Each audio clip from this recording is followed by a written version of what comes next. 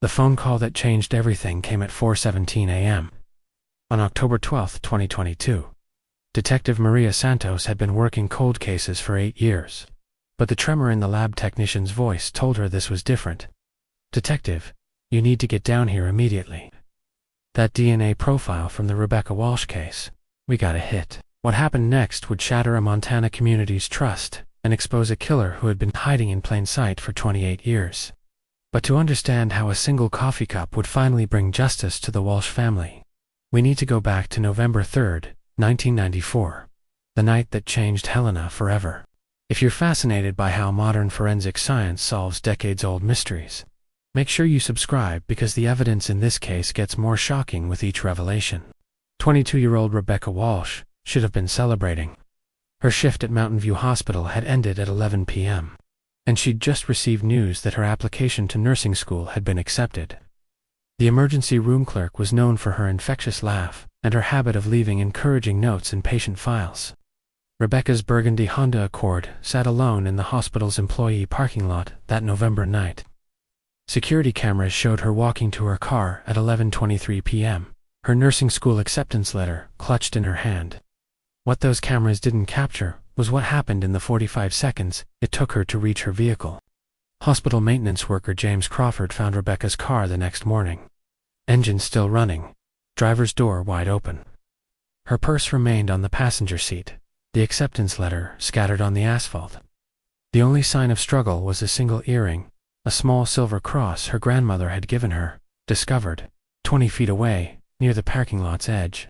Helena County Sheriff Tom Bradley launched the largest search in the county's history. Over 300 volunteers combed through forests and riverbanks. Bloodhounds lost her scent at the hospital parking lot's perimeter.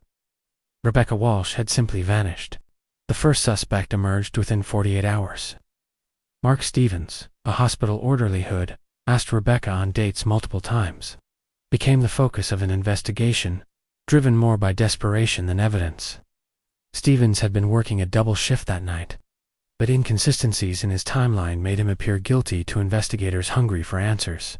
Under intense interrogation, Stevens' story cracked. He admitted to having feelings for Rebecca, to watching her routines, to timing his breaks with hers. When pressed about November 3rd, he couldn't account for a 30-minute period when he'd stepped outside for what he claimed was a smoke break. The arrest came on November 18, 1994. Local media coverage presumed guilt. Stevens' family hired a public defender who seemed overwhelmed by the community's anger. But 3 months later, security footage from a gas station across from the hospital surfaced, showing Stevens purchasing cigarettes at the exact time Rebecca was taken. The charges collapsed, leaving the investigation in ruins. Rebecca's parents, David and Linda Walsh, watched their daughter's case join the growing pile of unsolved files. The failure to convict Stevens had destroyed public confidence, and potential witnesses retreated into silence. Linda Walsh's guest bedroom became a monument to obsession.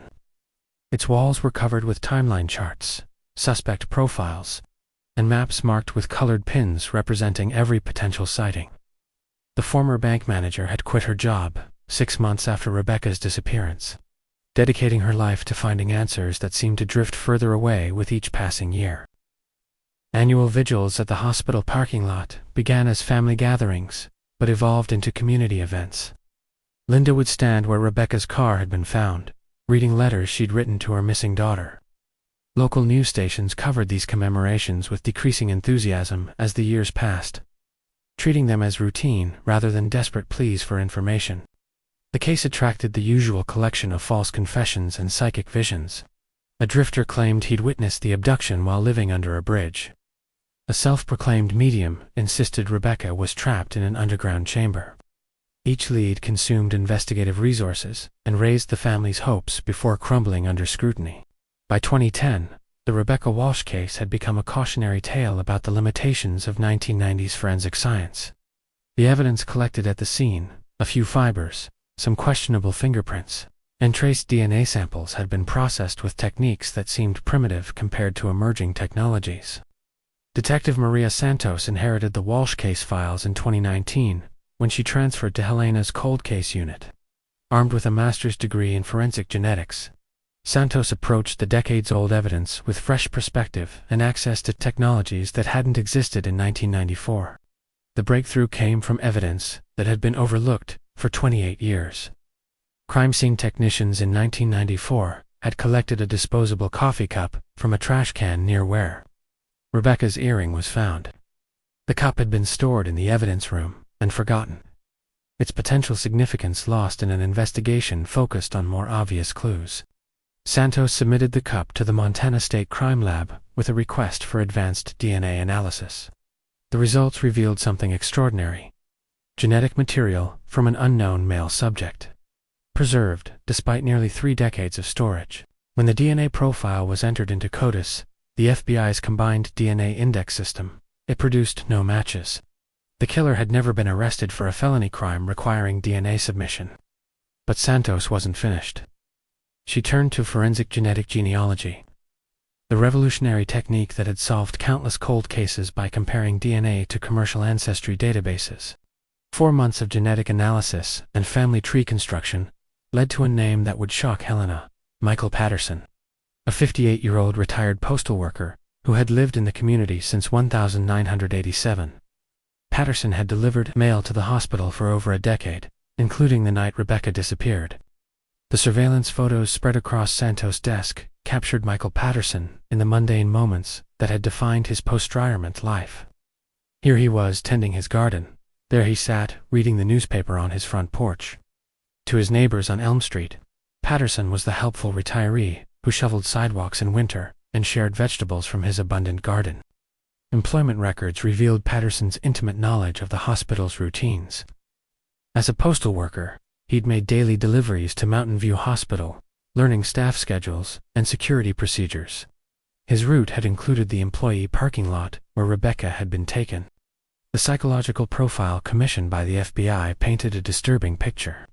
Patterson represented a category of predator that investigators found particularly challenging: individuals who constructed elaborate facades of normalcy while harboring violent urges. His ability to maintain friendships and community involvement while concealing his crime demonstrated a level of compartmentalization that had allowed him to evade detection for decades. Covert surveillance revealed Patterson's continued connection to his crime. On November 3rd, each year, the anniversary of Rebecca's disappearance, he drove to a remote area in the Helena National Forest, spending hours at a location that investigators would later identify as Rebecca's grave. The arrest took place on November 3rd, 2022, exactly 28 years after Rebecca's disappearance. Detective Santos found Patterson at the forest location where he'd gone for his annual pilgrimage. When confronted with the DNA evidence, Patterson showed no surprise, only the weary resignation of a man who'd been waiting decades to be caught. Patterson's confession revealed the calculated nature of Rebecca's murder.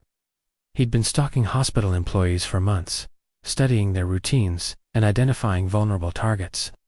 Rebecca's late shift schedule and isolated parking spot had made her the perfect victim for someone who understood the hospital's security weaknesses. The recovery of Rebecca's remains from the forest grave provided the closure the Walsh family had sought for 28 years. Linda Walsh, now 73, finally had a place to visit her daughter. The guest bedroom shrine was dismantled, its contents donated to other families searching for missing loved ones. Patterson's guilty plea on March 15, 2023, brought legal closure to a case that had haunted Helena for nearly 3 decades. Judge Sarah Mitchell sentenced him to life imprisonment without parole, noting that his crime had robbed the community of not just Rebecca's life but also 28 years of security and trust. The revelation that Rebecca Walsh's killer had been delivering mail to her workplace while her family suffered through decades of unanswered questions highlighted how effectively predators can hide within positions of trust and routine access. Patterson's conviction solved Helena's most notorious cold case, but it also raised uncomfortable questions about institutional security and the limitations of background checks for employees with access to vulnerable populations. For those who followed this case, Rebecca Walsh's story demonstrates how advances in forensic science continue to bring justice to families who never stopped believing answers would come. If you found this investigation compelling, subscribe for more deep dives into cases where modern technology finally reveals decades-old truths.